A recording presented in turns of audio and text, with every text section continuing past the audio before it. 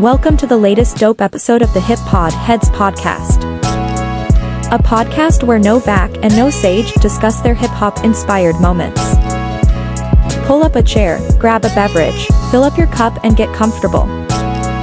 This is episode number 47, a continuation of the last conversation. I'm Hayes, host creator of Chicago Bulls and Chicago Bears Central YouTube pages and podcast analyst. I love what Known Sage does. Y'all make sure y'all go and check out his hip hop podcast as well, which is HipPodHedz. You guys make sure you guys check him out on that. Nice little topics here. I feel like each of these soundtracks can be easily a podcast in itself. So again, Juice, High School High, and Above the Rim. Was there any others that you had on your list? Yeah, I think I have two more. I got, of course, 8 Mile. 8 Mile. Rolling in to the Eminem, 2000s. Lose Yourself.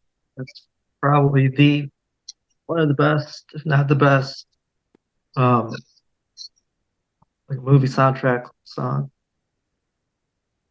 You know, 8 Mile, every time I watch 8 Mile, I can't get over the bad wigs on Mekhi Phifer's head. So, it was, I understand the movie, but it was, watching him basically, become a star and then see them at the Academy Awards, a few years ago, him performed the track. And I was just like, wow, look, he did lose yourself at the Academy Awards. I felt like he didn't get I felt like he finally got his flowers from the mainstream motion picture industry at that point. But I keep thinking about Mekhi Phifer's wig, and and I started laughing, and I kept thinking about the D12 influence on that movie. I mean, 8 Mile is fantastic cinematography. It's the ultimate battle rapper video if you think about it. Yeah. Yeah, 8 Mile's a good option. 50 Cent, Wangsta. Rockin'. And then Get Rich or Die Trying. Then Gangstar had a track called Bad. But the thing about 50 is that 50 is one of those people that, when art imitates life and then life imitates 50, 50 is, like Get Rich or Die Trying. You could, and they did the scene where he got shot, he got shot the way he did, when he retold his shooting outside. And I was just like, man, this is hard. And the way they did like those video game special effects, seeing the bullet hit his face and everything, I would say like Get Rich or Die Trying, man, it was ahead of its time. It was it was shot well, decent performances, and just watching 50 on the Man, he basically retold the trauma he went through in that movie. That's what made me really like that movie a lot, to be honest with you. That's what really made me like Get Rich or Die Trying. The soundtrack, got Wonder Shopper with Mace. It's hilarious. Like they were making fun of Mace recently about the Wonder Shopper video, talking about you won't let Puffy take you shopping, but you went shopping with 50. That's what they told Mace. It was hilarious.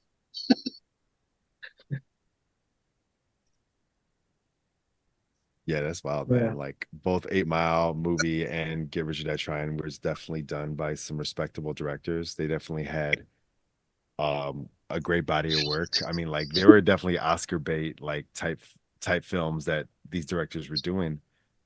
Man, Novak, when you're sharing about your moment for the 8 Mile and Mekhi Phifer and his wigs, like obviously they spent more time cinematically shooting it and not getting the makeup right with Mekhi's wigs. But I can't help but think when I saw the movie in person, like I felt like, I don't want to say that I was underwhelmed, but I felt like Eminem's story was already so known in the limelight, and his story was being told in a lot of his albums, that I felt like it was like almost like a tamed down version of what we already knew about Eminem. So I don't know if the movie is sort of like a semi apology to his mom to kind of like say, hey, you sort of get a pass for the way that you treated me, because obviously it was like a non-fictionalized version of his life. But for some reason, the hip hop moment movie that gave me the much energy that Juice did was what was the one with whoop that trick. What was that? Hustle and Flow. Hustle and Flow. TJ. That was the movie that kind of like, yo, this was sort of the rap movie I was waiting for. But and no shade on 8 Mile. But you know what? That was 8 Mile on steroids. To be honest with you, when Terrence Howard turned into DJ, yeah, I felt that movie too because he went to when he went to go get the microphone and when she had to do to get him the microphone, I was like, that's deep. And and she ended up becoming his manager at the end of the movie. And he was just like, you already paid your toll. I was like, wow, the DJ, the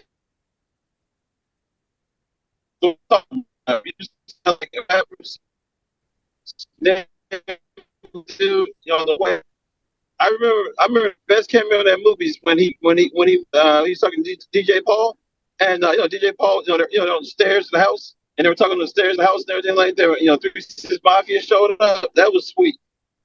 Because the way DJ Paul played that role, it's like like he had animosity toward DJ, but he respected him. You know what I mean? But I would say Hustle and Flow, man. That's a guilty pleasure movie. That's a movie I want people to know I like that movie. People probably don't expect me not to like that movie, but 3 6 Mafia is like, to me, it's like listening to like Gnarls Barkley in the middle of the night. Nobody knows I have that out. That's pretty much the way I look at it. I mean, 3 6 Mafia has always got a place in hip hop. During their own Mount Rushmore, probably Southern hip hop. And people argue with you that they weren't that good. I'm like, no, 3 6 Mafia influenced everybody that came out that area. You look at Pop Smoke, even has a little bit of that when he was here, and you look at you look at what he did for like you get into like you get into what's going on in Memphis today, whatever it is. We lost Dolph, and I wasn't a big Dolph fan until I was just looking at my scale. And it's got very 3 6 Mafia. It's got 3 6 Mafia's DNA all over it. Right. Yeah, Dolph is awesome. I wish whenever you get artists that's so polarized like that, we only get a short amount of time with them. It's really sad about hip hop in that element.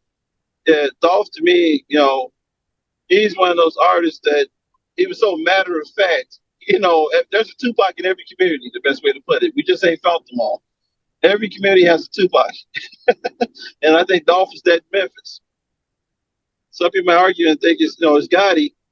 Gotti's decent, but Dolph had that swagger about him. That energy you're talking about, No Sage, where yes, sir. There's people you wish could have done movies. That dude was perfect for the big screen. You think about Hustle and Flow. If there was a part 2, I wanted Dolph in it in that situation to tell his story, how he got his Hustle and Flow on.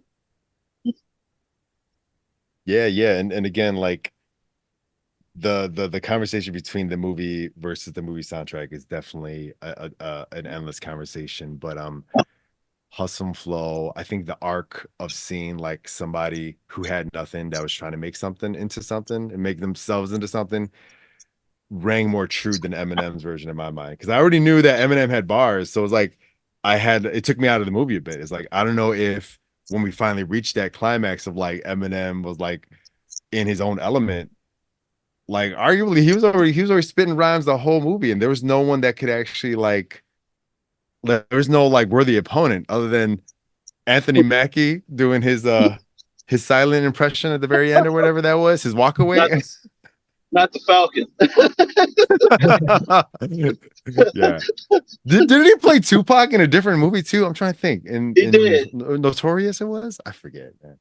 Yeah, he played Pac in the movie. That was the word. Well, shout out to Anthony Mackie. Your Pac was different. I won't put it that way. So, that's a lot of people play Tupac. They shouldn't have played Tupac. That's all you got to say. I mean, they always did a better service toward playing Big in the movie. Can you think about the Notorious movie? That guy looks like Big and moves like Big. And that's crazy. When you watch the movie, you feel like this is scary. Sometimes they get it right, sometimes they don't get it right in those situations. You think about. I guess you want to talk about a hip hop movie, a modern hip hop movie today would be Superfly. Remember the Superfly movie with the Future soundtrack? Every track sounded like they were selling dope. Every track, Superfly. Yeah, they redid Superfly in Atlanta, and they basically had the snow gang, so everybody wore all white and had white guns and stuff like that. No I remember way, watching. really? Oh yeah, it's called Superfly. It's Damn, I only they, remember the Chef movie with Samuel Jackson, but I don't know if I caught onto that Superfly when you're talking about. man, we could do a pod about that. You watch that Superfly movie with the snow gang and everything like that. They had designer guns in the movie, and I'm like, what is this? Well, the guns cost more in the movie. Those guns look real. What's going on, man? Wilding out, wilding out. Yeah, I was ready for Snow Gang. That soundtrack is all Future, so that's how the world got Future on their radar because he did the Superfly soundtrack, and his soundtrack was better than the movie. And I can tell you that now. He was born that whole I call it the synthesized hip hop, Southern hip hop. Right, You right. know, with the track, with the trap beat in the background. It Yeah. was born doing Superfly. They took it to. I mean, it was always going on in Atlanta, but we weren't hearing it the way they were hearing it. You know what I mean? When we got it, when we got that Superfly sound, we were just like, "Oh my God, what is this?" I mean, it grew on me. I mean, there's a lot of you brought up He Got Game. You got to think about Bamboozle. Bamboozle's an awesome hip hop soundtrack. Oh man, Yeah. bro, yeah, The yeah. the Mau Mau's. Oh man, My I forgot my about guy, Bamboozle. my guy Cannabis and Most Def, they were kind of like that fictional artist in that Mau Mau's group. But it was great though, man. Yeah. Their timing was it was like they rapped together every day. It was like they were going bar for bar. Yeah, man. I definitely caught a case of the cannabis bug when he was doing his stuff.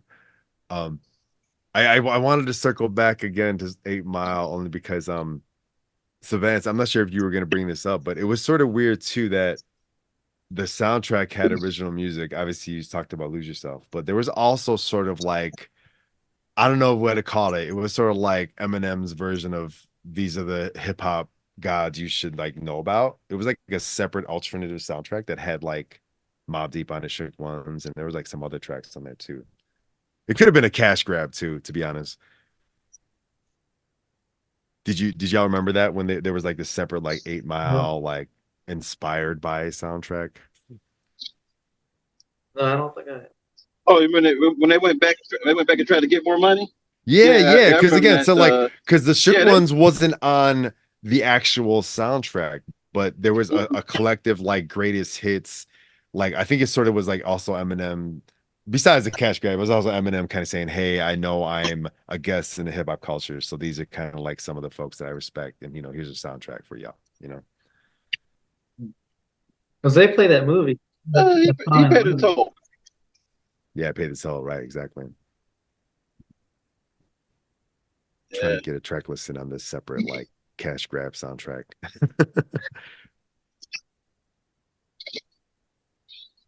I think the worst soundtrack after was Meteor Man. Remember, Meteor Man had Another Bad Creation. That was a hip hop soundtrack too. Robert Townsend. I remember getting Meteor Man's CD for Christmas. Yeah, and I was like, "What is this?" So, Meteor Man. I mean, you don't forget Pootie Tang had a hip hop soundtrack. That's Chris Rock. Don't forget about that. Really? Was No Sex in Champagne Room on Pootie Tang? I remember the No Sex in Champagne Room song. That was hilarious by Chris Rock. Yes, I definitely remember that track. Yeah, you got to be thinking about everything that came out. Don't forget about Tales from the Hood, the first horror hip hop movie. What about that? Don't be a menace. Society. Oh my God, that's our movie. Yo. That's our movie, man. Bro, we used to watch that movie all the time. That was the joy. That was the jam. So wait, what that wasn't the next one on your list, Vance, was it? No, it wasn't. Okay.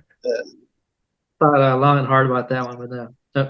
Don't be a menace. Before you reveal number 5, I definitely want to say a couple words about Don't Be a Menace because like I felt like that was probably honestly one of the funniest movies I've ever seen, but also like to circle back into that scene that Novak was talking about with the Teen Wolf stuff. There was a scene in there that was on purpose.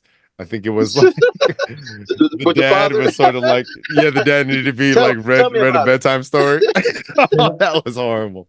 I gotta rewatch that now. Yo, there's a lot of crazy stuff going on in that movie. But it was also sort of speaking about the hood movies that came out in that time. And it was sort of like, it was kind of unsafe to see some of these movies in the theaters too, right? Depending on where you were going, which is unfortunate. Yeah, A it lot was of it was hard. commentary going on.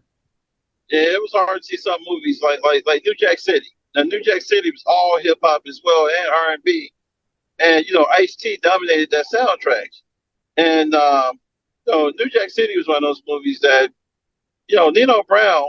Every community got I won't say every community, but majority of every community had a Nino Brown like character when we were growing up, and in the way they showed that, they showed the whole crack game and the city was out there, and it inspired some people, which it shouldn't have done. But it did lead to a situation where you could see New Jack City everywhere. I remember being a kid, wanting to go see New Jack City, and my mom said, "Absolutely not. You can go see the Care Bears. You're not going to go see New Jack City." It's like, but everybody's going to see New Jack City. So I didn't see New Jack City until I was like, man, like grown, and I was a grown up, and I was like, man, I waited all these years to see this, but Nino's pretty cool. So, and that was it. And I moved on. When did that come out? Was that like around 90, 91? 90, 91, 92, somewhere around there. It's around that King of New York, the Christopher Walken era. You remember King of New York? Yeah. Yeah. There's a lot of hip hop on that soundtrack too, as well. The King of New York was like Christopher Walken turned into the biggest mobster of all time. Christopher Walken's got that serious face, so I spent a lot of time watching Christopher Walken movies when I was little. Like, he did a lot of sci-fi movies when I was a kid. Christopher Walken was always the evil bad guy. So when he played a mobster, I was like, wow, this is deep. Remember, he's Frank White. He's Frank White. That's where Biggie got the alias Frank White from, is from Christopher Walken from King of New York. Oh, yeah. So there's hip hop in all those movies. Like, and then I guess you think about the RZA's the man with the iron hands. You think about how he brought hip hop. That's a good soundtrack too. He brought hip hop. He brought Wu-Tang hip hop into martial arts at that point. Man with Iron Fist, man. So the Man Iron Fist is a great hip hop movie. Great. It was like watching Triumph. It was like watching the Triumph movie with everybody involved. You know what I mean? You probably seen Triumph video before, right? Triumph is like that. That was the RZA. Yeah. RZA is Triumph. Yeah, man. I mean, RZA's like definitely a totally like podcast conversation on his own. Obviously, I got him on my background right now, but he obviously got behind the camera to what you're talking about. I never got a chance to see that one movie where, what was it he did recently? It might have been like the last 5 years, where was there like a flood going on in the movie or something along those lines? Oh, the one in New Orleans. Yeah, I never got to see that one. I never saw it, but it was hip hop inspired. It was like during the Katrina, the Hurricane Katrina. Yeah, right. I want to see it. I want to see it too, but I can't find the movie anywhere. Yeah, exactly. It was like when it kind of released, it was like, it might have been limited during the COVID times too. Yeah, it was a limited release. They came, it disappeared. Yeah. Studios took control of it, and I think you got to pay like $40 to see it. Yeah, it's crazy right now. But I obviously respect everything that RZA did, because he obviously was the soundtrack for Kill Bill, and he obviously got his chance to step behind the camera. So like, bang bang. Yeah, don't forget about, you got Kill Bill. Don't forget about in that situation, Django's got it. Django's hip hop. I hate to say this, Jamie Foxx's swag pretty much in that movie. There's elements of that soundtrack with your hip hop, but for the Django, it's controversial because I remember the first time, and they're trying to say that's a Christmas movie now. People are trying to say Django is a Christmas movie. And I'm like, get the hell out of here. Django's not a Christmas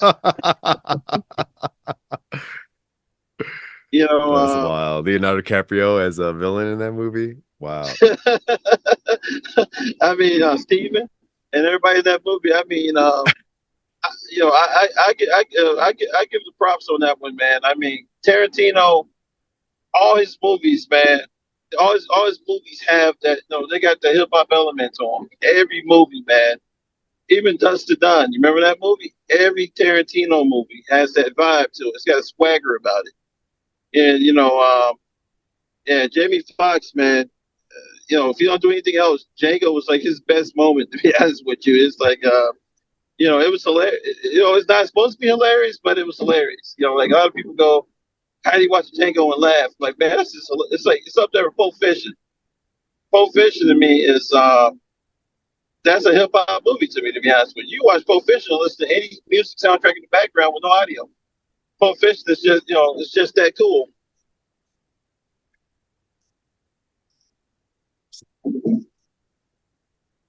Too many dope Quentin moments. So like to go back to Don't Be a Menace, like just the title of that movie has like all the hood movies in that title, right? Don't be a menace to South Central while drinking a juice in the hood. Yeah. So so much to unpack in that title. But I digress. So yeah, man. So Vince, what would you have on for number 5 on your hip hop soundtrack list? The last one is New Jersey Drive. Ah, oh man, man, bro. Benz and Beamers. Benz and Beamers. Woo! Queen Latifah, Organized Confusion, and OC, Jeru, Smith & Wesson. Yeah. Bro, I had that soundtrack on tape.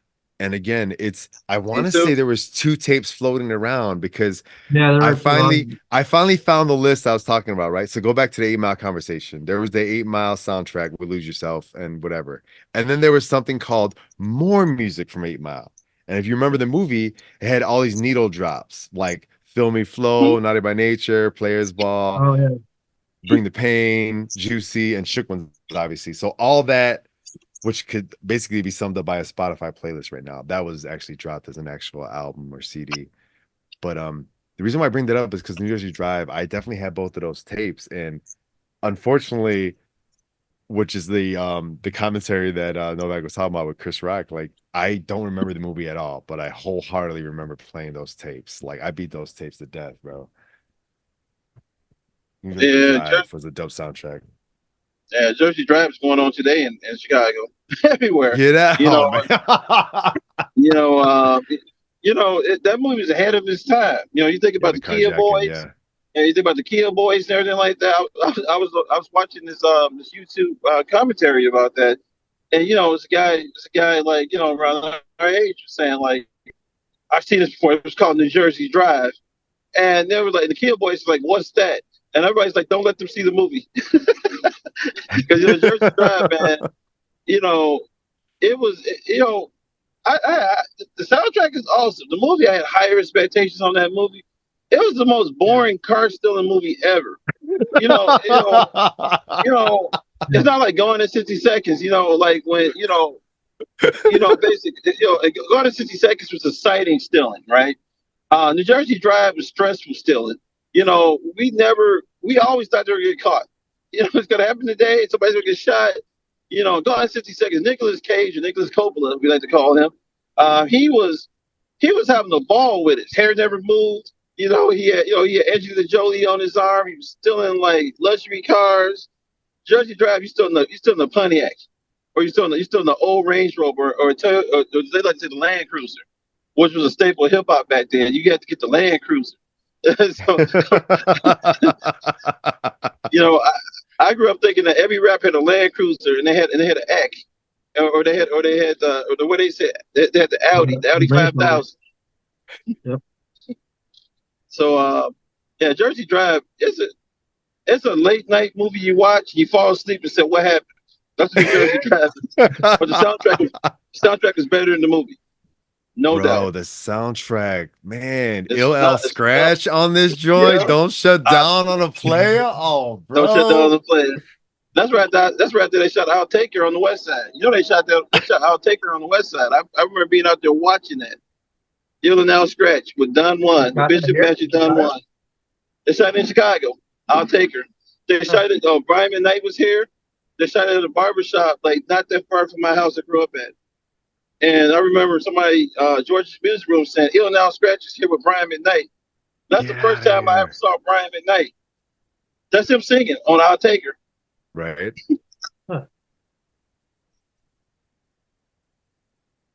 Yeah, Ill and Out Scratch, man, stay so underrated. So underrated. Their flow and their chemistry was phenomenal. It's almost like OGC.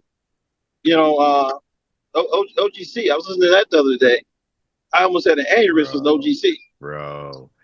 Original And gun you know, clap. like I always unfairly want to connect hip hop threads, but so Vance, we had a basketball brand on our previous episode, right? And we obviously talked a lot about basketball, which is fine. But there's a point where he was saying like he respected FIBA and the team basketball style as opposed to what's going on, right? So I couldn't help but think about when we walked away that conversation. I was like, is this sort of like how the Europeans sort of, or the Euro markets kind of like encapsulate the hip hop sound and still respect the bars and still respect the artistry? And you have some of those producers kind of like tapping into the 90s folks. Like there was this one crew, I think they were called the Snow Goons. Like they made beats for like MOP, and I think they made beats for like Onyx. And it's kind of like, you know, like you got some folks that keep in the culture, right? And the reason why I'm bringing this up is kind of like, I feel like when the DJ was the center of hip hop, and obviously the MC is now, or maybe it's shifting, or it's both.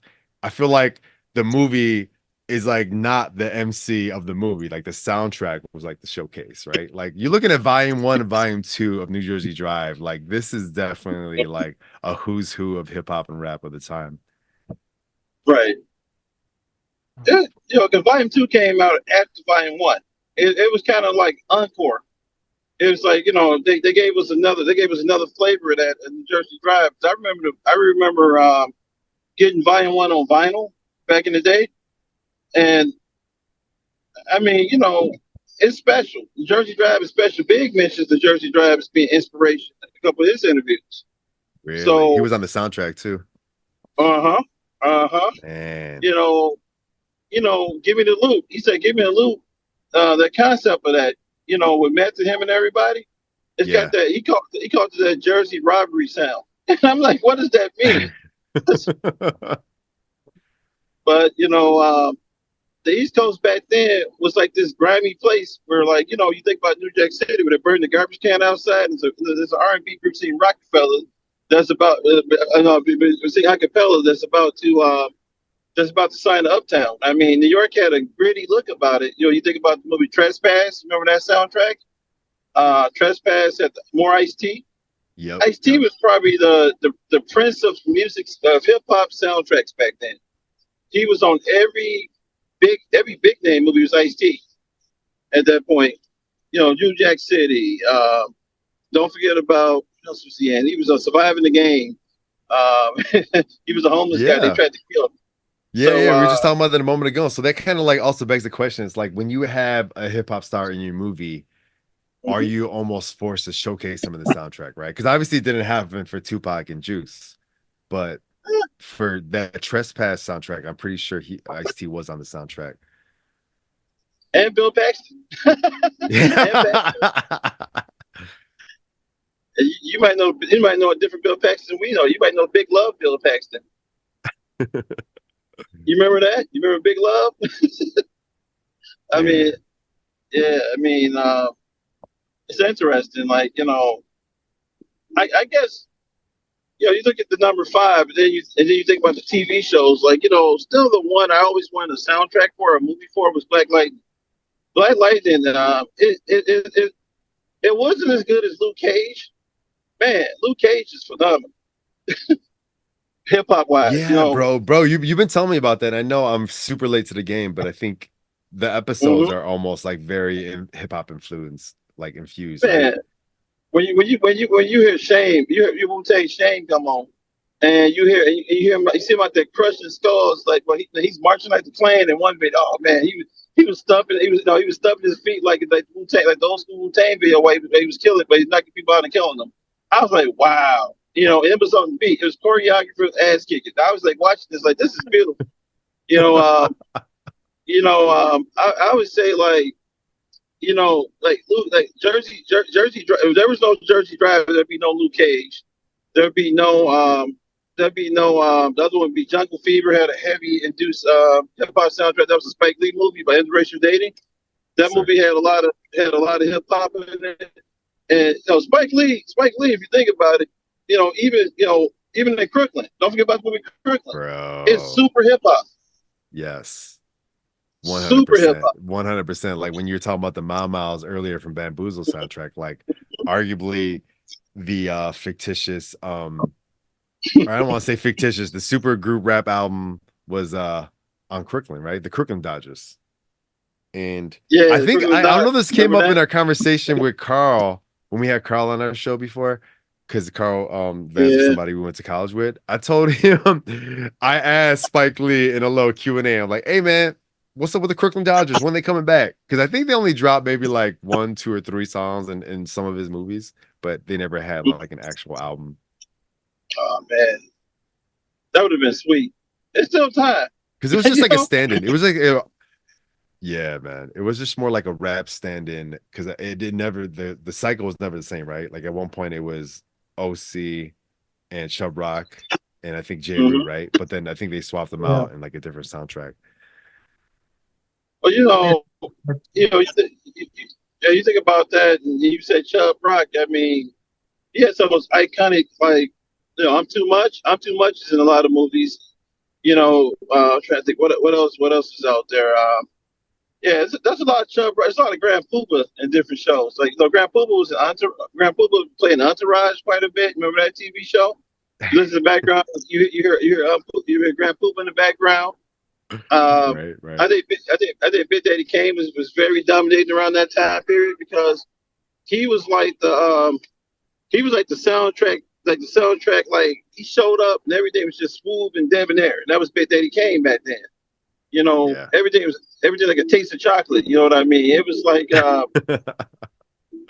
Big Daddy Kane made me believe that you too could be a rapper and be suave. Man, I was just like, what is going on here? I mean, he gave us his whole style at that point.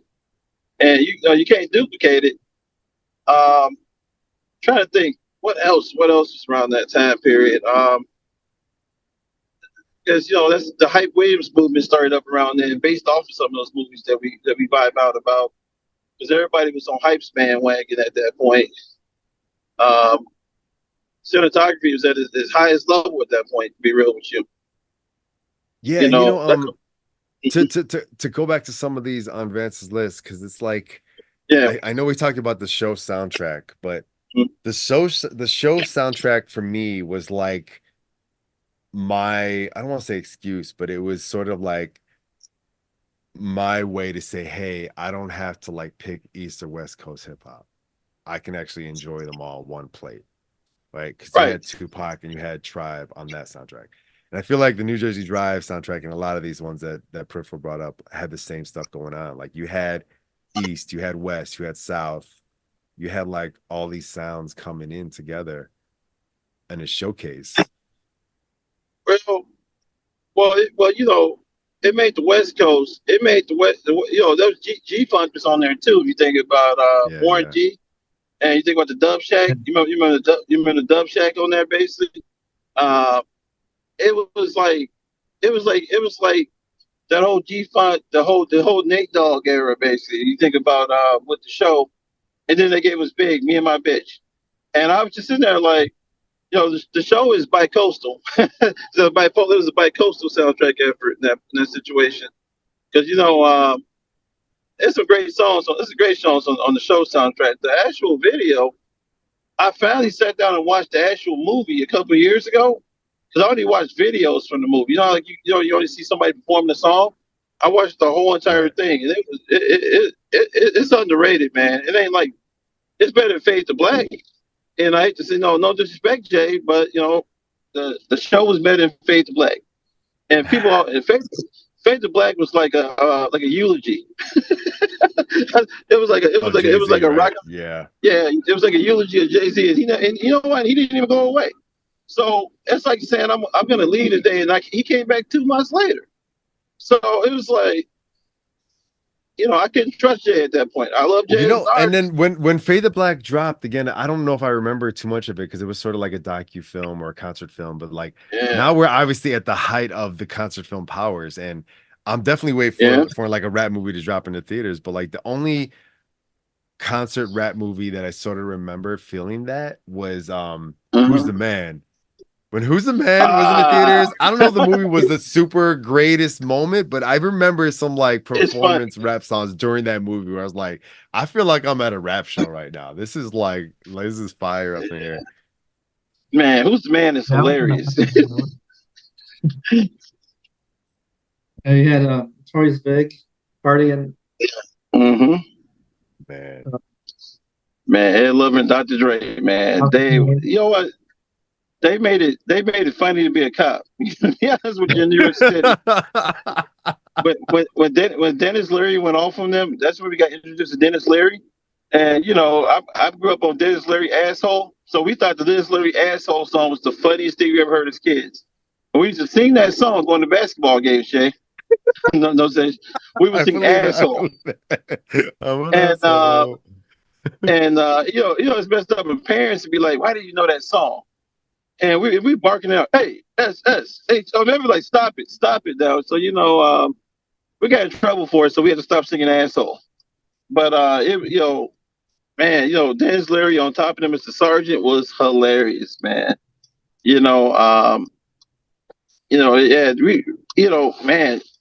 Man, Who's the Man? That is a flash from the past right there.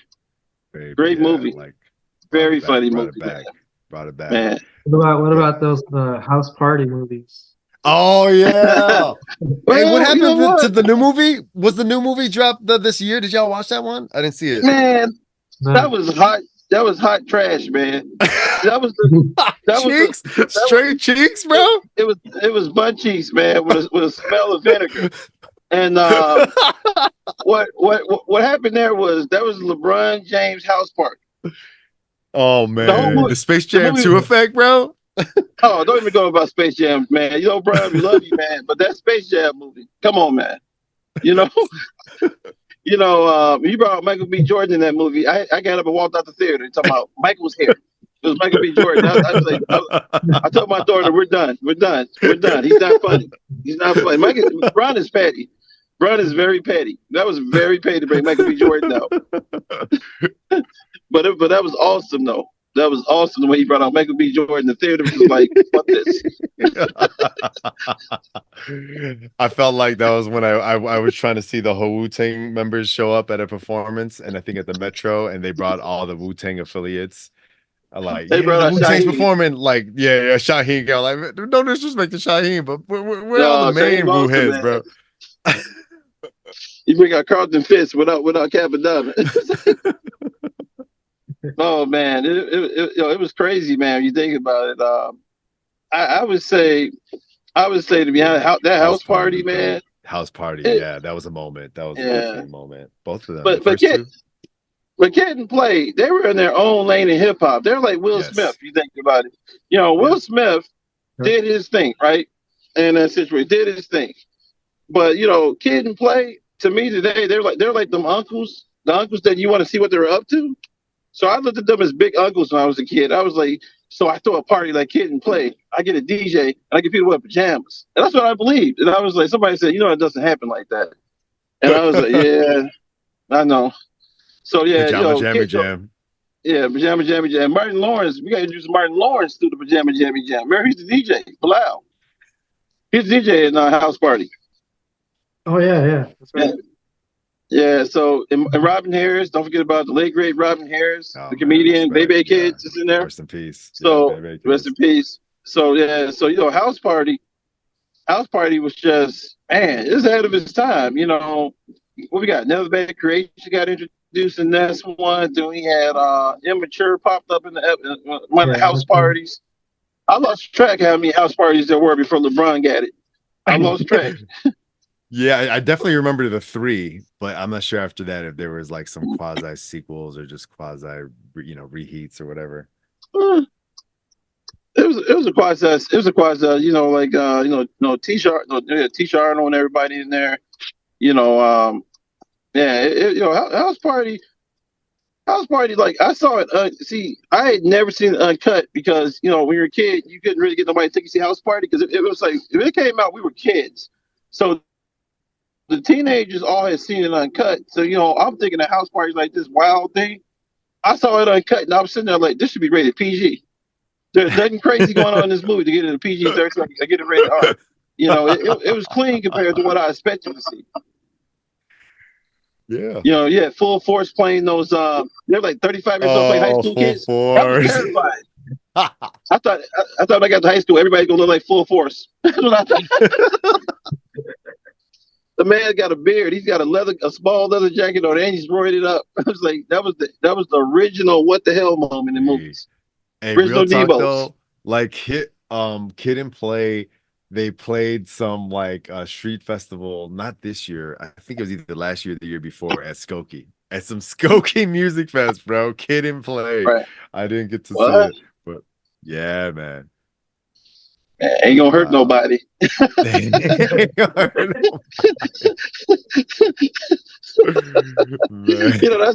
That's the first non-violent anthem ever I heard as a child. Ain't no hurt nobody. And people were singing that. I'm like, what is this song? Is that right up there with your own legs? I almost broke my ankle, man. I almost broke my damn ankle trying to jump on my own leg, man. Never do it again. The good kiddo play, man. And the Batman dance too. Oh God, the one like the one like you always like dirty. That was the rayon shirt era, man. You remember every shirt was rayon. You're like, what are these button-up shirts they wearing? Why do they have paisley patterns on them? Oh, it's the Kid and Play movement. That's around the polka dot Prince era as well.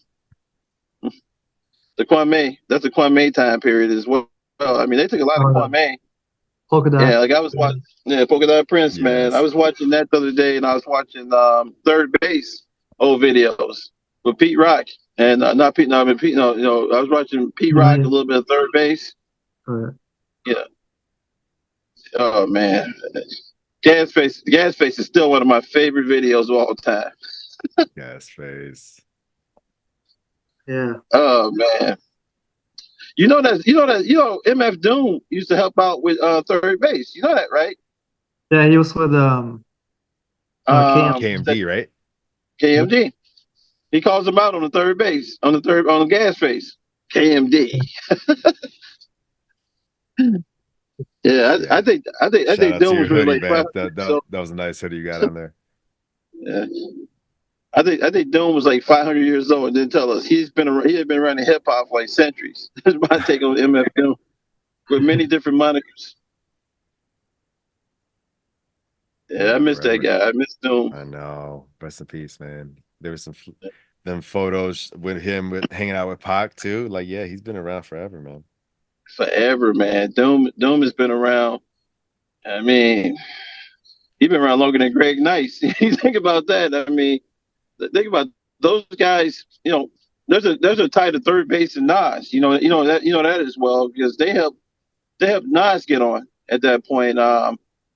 It's MC Search did.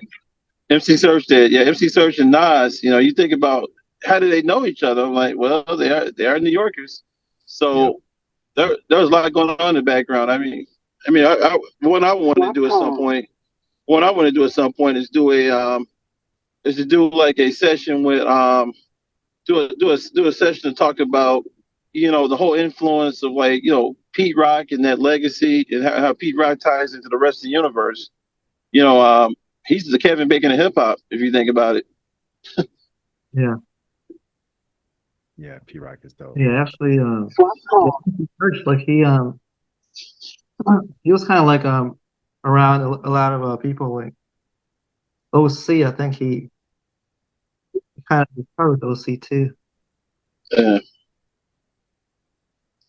Yeah, Vance, you invoked OC. I definitely wanted to go through some of these names on this New Jersey Drives Uh-huh. volume 2 because it's super dope, man. And like OC was on there for sure. Organized Confusion, Karis won again. You had J. Rue, Not It By Nature, of course, since it's being Jersey. You had to pay the toll there. Boot Camp Click was in there. Outcast, Oh obviously, is man. like Novak was talking about. Heavy D, top 5 MCs according to Uh, Carl, our college buddy. Carl's greatest. Good guy, Carl's Queen greatest 15. Latifah. Yes, sir. Keith Murray, MC8, Keith Murray. Coolio. So again, I think you had Lords of the Underground. I think the phrase I was sort of looking at was like the hip hop soundtrack or the rap soundtrack or whatever you want to call it was sort of like the peace treaty, right? It's like let's forget about beefs, let's forget about who's dope. Let's just come together and just just make it happen. Right.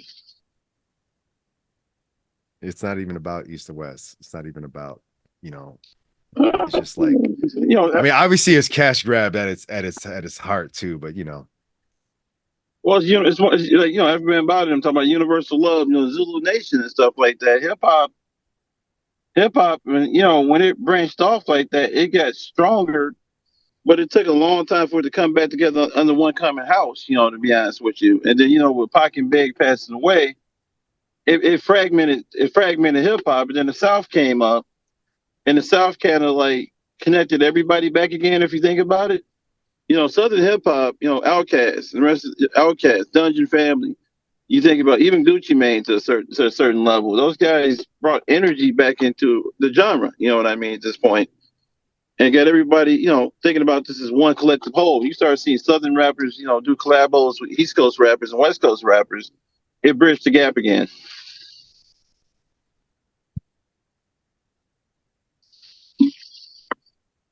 yeah, I'm all for that. I'm all for bridging the gaps. So it's like, yeah, man, it's like sort of like the mythos or the mantra of like, let's get this money together, let's showcase our talents, and let's do it for the rap soundtrack, regardless of how forgettable the movie is. So I know we're kind of like rounding by 2 hours. Obviously, if y'all want to chop it up a little longer, I'm still available because I'm curious, Vance, if you had another moment, like out of your 5, is there any like one track from each that sort of like percolate for you, which is obviously a hard ask, but I'm not sure if there's any that you would sort of like collate to kind of like make your own 5-track playlist or something of that matter, even if you don't get to 5, if there's some that kind of like from each album, from each movie. yeah, for each of those that you kind of brought up, right? So like again, Juice, Above the Rim, New Jersey Drive, High School High. So Juice, Know the Ledge.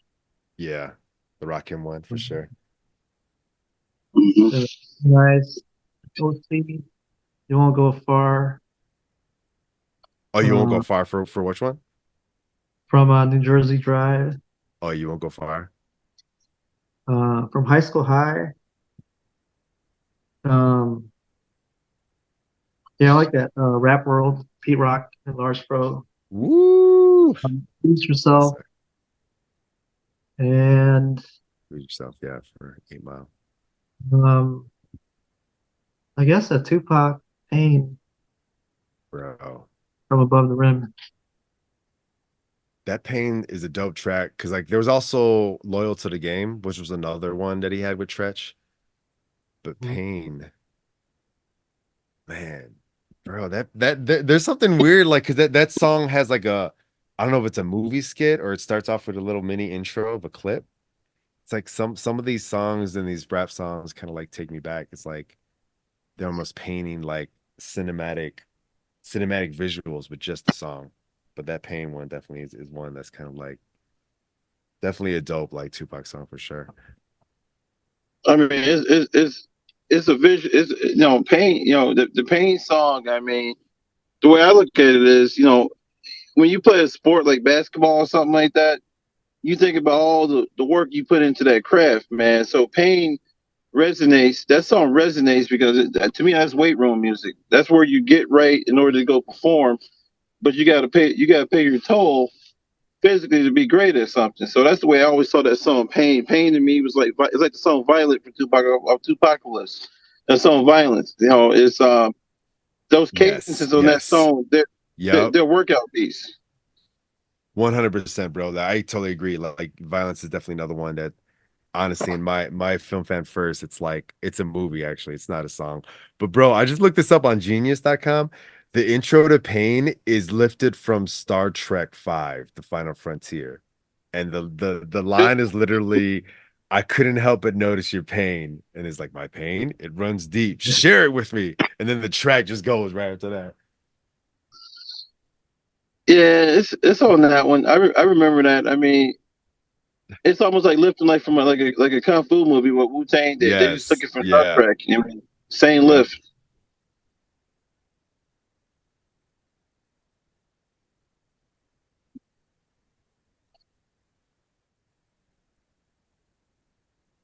Yeah, man. So I mean, it's kind of like, I know like Naughty by Nature and Pac, the kind of like we're probably in each other's circles, but that also sort of fascinated me too. It's like as grimy as some of Pac lyrics was, like not that Tretch wasn't coming with the bars, but it's kind of like I felt like Tretch was like tapping into different like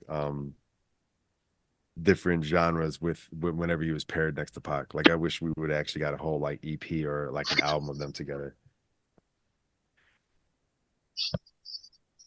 Because most people only remember like, you know, OPP and Hip Hop Array and all the cheery stuff that Naughty does.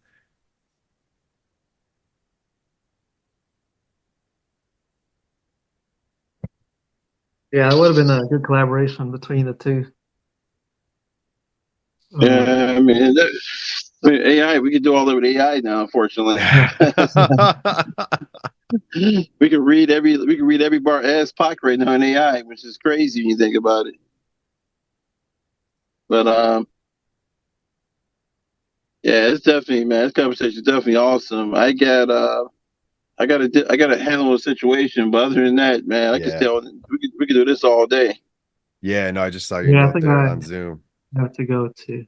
So yeah, Novak, man. I'll let you close out with any final thoughts, but Peripheral, it's been a pleasure, man. I appreciate you letting us chop it up over this hip hop soundtrack platform, as it will, as it is. Peripheral, this has been awesome, man. It's been awesome how you come through, man. You definitely touched our nostalgic hip hop hearts today. So you pulled us pretty much into the fire, and we started thinking about those movies we saw, good and bad, and we realized the soundtracks outweighed the movies in 90% of the cases. But that was the purpose of the hip hop at that point in time. Hip hop carried the motion picture industry for a long bit in terms of bringing quality, performances, hip hop quotables.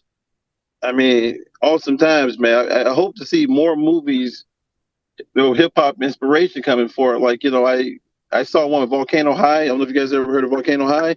When they redid it, it's a Korean like hip hop drama, pretty much hip hop like martial arts drama, basically, where they do voiceovers.